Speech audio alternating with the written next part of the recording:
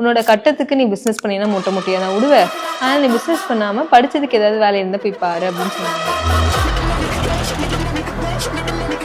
எல்லா ஆண்டர்பிரினர்ஷிப் ஜேர்னிலையுமே ஒரு ஸ்ட்ரகிள் இருக்கும். எந்த விஷயம் நம்ம பண்ணுறேன்னு சொன்னாலும் நம்மளை சுற்றி இருக்க என்ன சொல்லுவாங்க, வேண்டாம் வேண்டாம் வேண்டாம்னு சொல்லுவாங்க. அப்படிதான் எனக்கு என்ன சொன்னாங்கன்னா, உன்னோட கட்டத்துக்கு நீ பிஸ்னஸ் பண்ணினா மூட்டை முட்டியாக தான் விடுவ.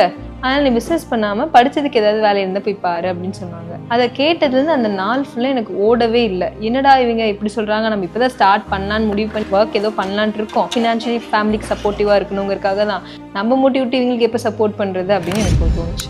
அப்போது அன்றைக்கி நைட் டின்னர் டைமில் எங்கள் அம்மா என் மூஞ்சி பார்த்தே கண்டுபிடிச்சிட்டாங்க நான் என் மைண்டில் இதை ப்ராசஸ் பண்ணிகிட்டு இருக்கேன் அப்படின்னு சொல்லிட்டு.